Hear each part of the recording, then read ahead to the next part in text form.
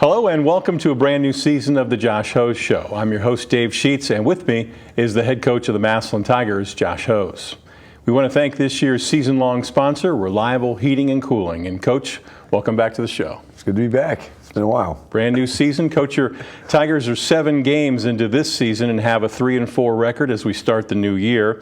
And we'll talk more about that a little bit later in the show. But first up, tell us how long now you've been the head coach here at Massillon. Well, starting year number 4, and I think I'm trying to think. 2018 was the first season, and it's been a good run. 4 years. Excellent. Who are the individuals on your coaching staff, and what teams do they help you with besides the varsity? Okay, so it starts with our varsity assistants. You got Travis Ellum, who's been with us for 4 years also. Shelby Combs, who came over from Tuslaw with me, and he's been here 3 years. Marquise Williams has just joined us on the varsity staff this year for the first time. He was at our middle school the last couple of years helping us there, and filled in for Andy Conklin, who had to leave because of a job conflict, a new job he got opportunity-wise. And then you got Brian Smith, who does our JV. He's been with us since I started here, and has been at Massillon much longer than that. Does our youth program as well. And you got Derek Conley, who does our freshman team.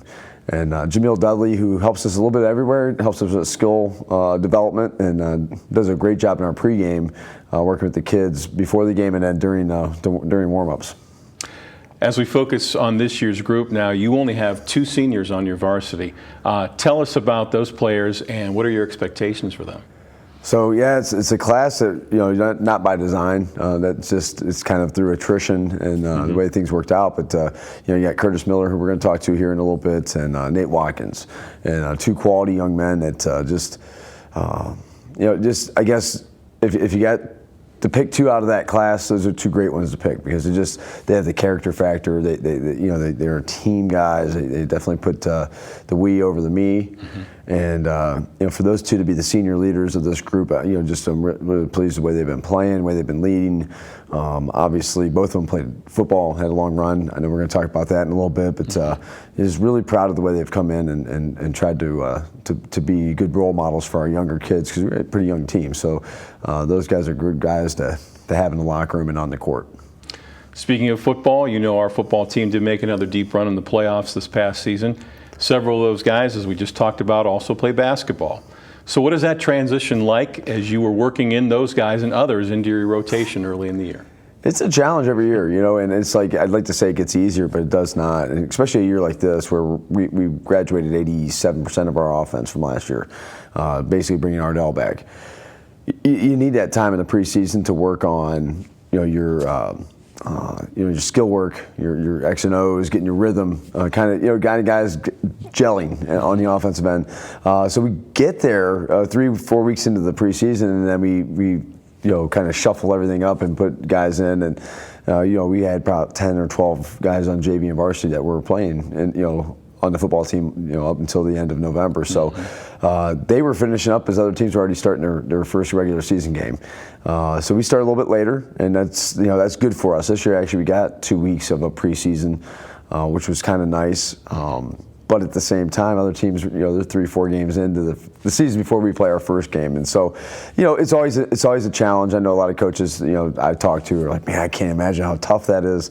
But everybody else has challenges too. Their places, just we all have different battles we fight, and so knew that coming in here. So we don't use it as an excuse. And the good side of it is our football program develops a winning culture there, and a lot of accountability, and a lot of things we talk about the basketball program. So there's a lot of crossover there that helps out with those kids coming in. The biggest part then is getting them ready to play and getting them conditioned to basketball. Right. Before the season started, did you or the team establish any goals? We don't talk about goals per se. We talk about expectations a lot, and I think goals are a thing. It depends on who you talk to. Some coaches are big on them. Some coaches, different philosophies have said no.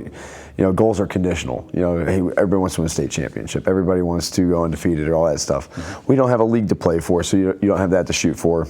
We talk about maybe, we'd love to set a goal to win a district title. And that's kind of like a vision for us.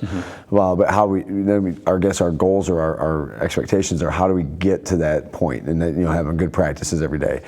putting the team first. All those things we talk about is kind of your core values more so. And so I think if we focus on those things which are controllable, those other goals or whatever become more attainable. All right, thanks, Josh. Sure. In a moment, we'll meet a Tiger player, but first this word from Reliable Heating and Cooling.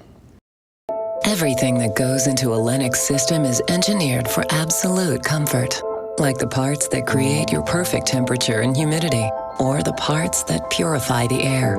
Together, all these parts save you up to half off your heating and cooling bills. And there are few things more comforting than that. The future of home comfort is here now at Reliable Heating and Cooling. Get the latest innovation and technology at Reliable. Lennox. Innovation never felt so good. Thanks to Reliable Heating and Cooling, and welcome back to the Josh Ho Show. Our Tiger player joining us on the first show of the new season is senior point guard Curtis Miller. Curtis, welcome to the show. Glad to be here. All right, Curtis, as one of the only 2 seniors on the varsity roster this year, do you feel like one of the team leaders? I do, because, me playing the role I do in the basketball court, it kind of, puts me in the responsibility of being a leader. And I've been taking it pretty well, because I'm not really used to leading, so it's been all right. Okay. How does one become a leader, in your opinion? Does it come natural to you? That's a good question, because I never really looked at myself as a leader until, people started asking me more questions than I would ever have asked. So it's just pretty much like I felt like it was my responsibility, to help these guys out. Sounds good. How old were you when you first started playing basketball, and do you remember who taught the game to you? I was about 3rd grade, I think, and it's probably like 8. I'm not 8, probably like 5, I guess. And my brother taught me mainly everything that I know about basketball. Okay, great. What are some of the things you worked on in the off season to improve your game? I played AAU. That's like a off season basketball league to where you play other schools and stuff like that, other school players. Where do you think you've made the most improvement in your game? My defensive side, I feel like I got a lot better defensively, and that's important. All right. So you're the point guard. You're kind of the quarterback on the team, if we can relate that to football a little bit. So as a point guard, what are your basic responsibilities? To make sure everybody's in the right spots and, make sure that the play goes through well and, I'm not turning over the ball, which I got to do better at. You have a record of 3 wins and 4 losses now after 7 games. You're about a third of the way through the regular season. What is this Tiger team doing well right now, and what areas do we need to get better at? I feel like with our 4 losses, I feel like we're good. I mean, right now we're good at sticking together. I don't feel like we're breaking apart right now, and that's a good start. And what we need to fix is our defensive side, obviously. It's been talked about for a while, so whenever we get our defense done, we should be fine. All right. Well, we thank you for your time. You're welcome. All right, that's Curtis Miller joining us here on the Josh Ho Show. We're going to take a timeout. We'll come back. Coach Hose will rejoin the program right after this.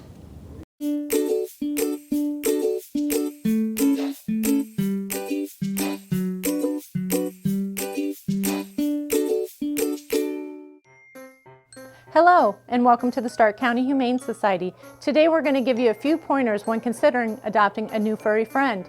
All animals here at the Stark County Humane Society are spayed, neutered, microchipped, vaccinated, dewormed, and if old enough, heartworm tested for our canine friends. Adopters will receive a free exam within 2 weeks of adoption at local veterinarian hospitals. We encourage all adopters to take full advantage of this. A one-time adoption fee is required for your new furry friend. When you adopt, you get an awesome adoption packet that includes treats for your new fur baby and savings for you. But this is not where the cost of adoption stops. Did you know the average cost of an animal like a new puppy or kitten can cost up to $500 annually? This includes annual veterinarian visits, preventative care, and everyday supplies like crate, litter, food, toys. But I hope this doesn't scare you away. Adopting an animal is a huge responsibility and a commitment. Please take the time to consider the cost of adopting a new pet into your family today. I hope to see you soon at the Stark County Humane Society. Please visit our website or visit us on social media for more information.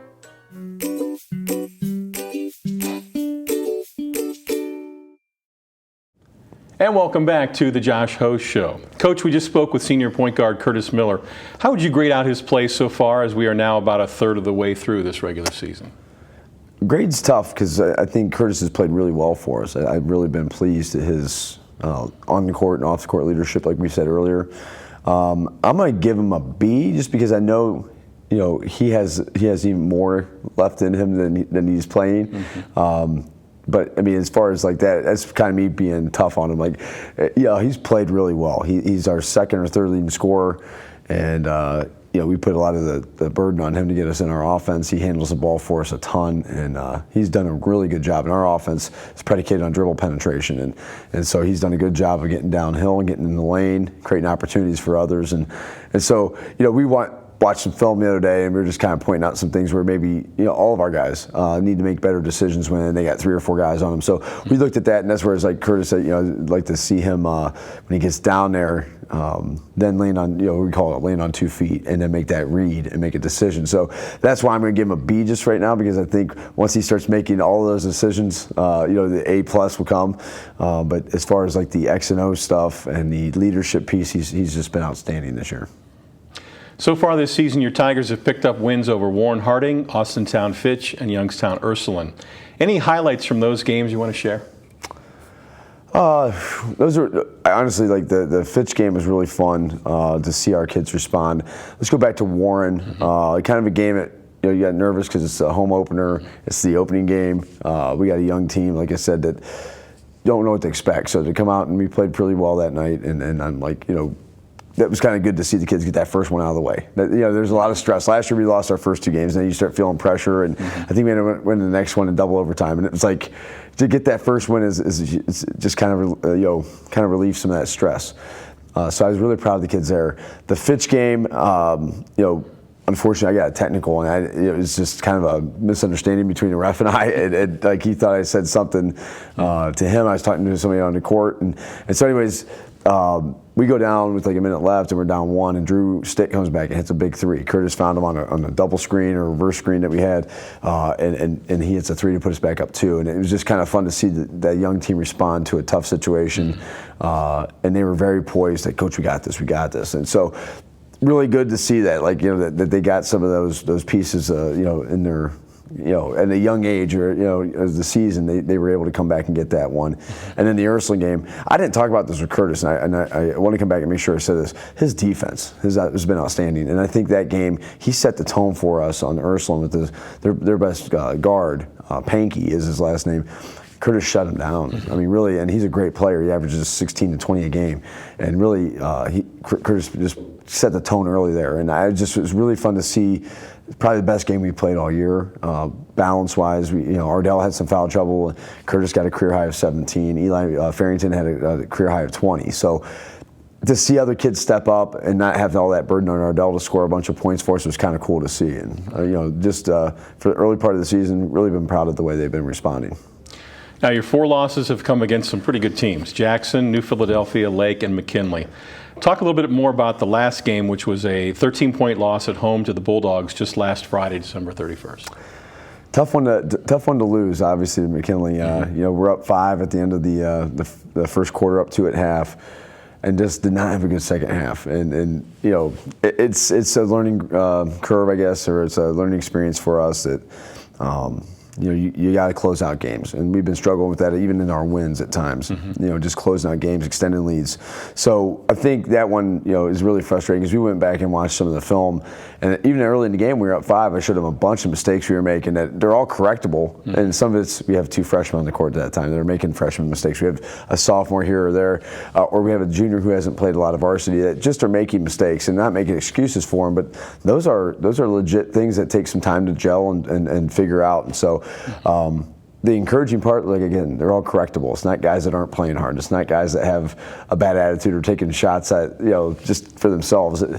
So we're going to fix those things, and we're going to learn from that game. Unfortunately, we gave that one away. No offense, McKinley took it. They really did. They played hard. Their kids, they're in the same boat as us. They graduated a big group of kids, and but their kids played really hard. They play a certain brand of basketball, and they do a really good job playing their style. So 2 games this week as we record our show here on Tuesday. Tonight at Massillon you host Hoover, and then on Sunday you play Northwestern on a Sunday. I said that right. Let's talk about those matchups with the Vikings and the Huskies. Obviously North Canton's a really good team, very well coached, and so they're coming off a district championship team from last year. They lost their point guard who tore an ACL during football season, so they're kind of finding their way. At the same time, they just beat Green to start the year. They beat Jackson in overtime to start the year. They've lost to a quality Green team, and I think they lost at Lake. So that's their 2 losses with some really good wins. And they play a very deliberate, mature, disciplined style of basketball. They just understand their roles. They know where they're going. They execute a ton of sets and screens and passes, and they're really they're very similar to Lake that way, or New Philly, who we played. So I think, those things that we got to work on defense are going to show tonight. Like if we made some of that growth that we talked about, positioning, help out on defense, talking, communicating. So, that's going to be a challenge for us just because of the learning curve we're on right now. But a game that I think we can obviously win if we play our game, and we kind of focus in on the defensive end, and then offensively, always helps to hit some shots. So if we could do that, we'll be okay. Moving forward to Northwestern, we really haven't started to focus on them too much because we have a couple days to get ready. But just knowing their program, what they're about, we saw them this summer a little bit in some summer leagues action. They like to pressure. They like to get up and down the court. They'll shoot it a lot. They'll play games. I think they had a game they got beat like 100-80. Wow. So I mean, they will get up and down the court, and so that will be a total different style of game than what we're playing on Tuesday night. So and that's the fun part of being, I guess, in an independent league, or not in a league, but in being independent from leagues, is that we get a variety of teams that we play and a variety of styles we play. Well, good luck. Thank you. All right. I want to thank Coach Josh Hose for joining us as we wrap up this first edition of the Josh Hose Show for this season. We want to thank Reliable Heating and Cooling for being our sponsor once again. Thanks to Coach Hose and senior point guard Curtis Miller for joining us this week. I'm your host, Dave Sheets. Thanks for watching, and as always, go Tigers.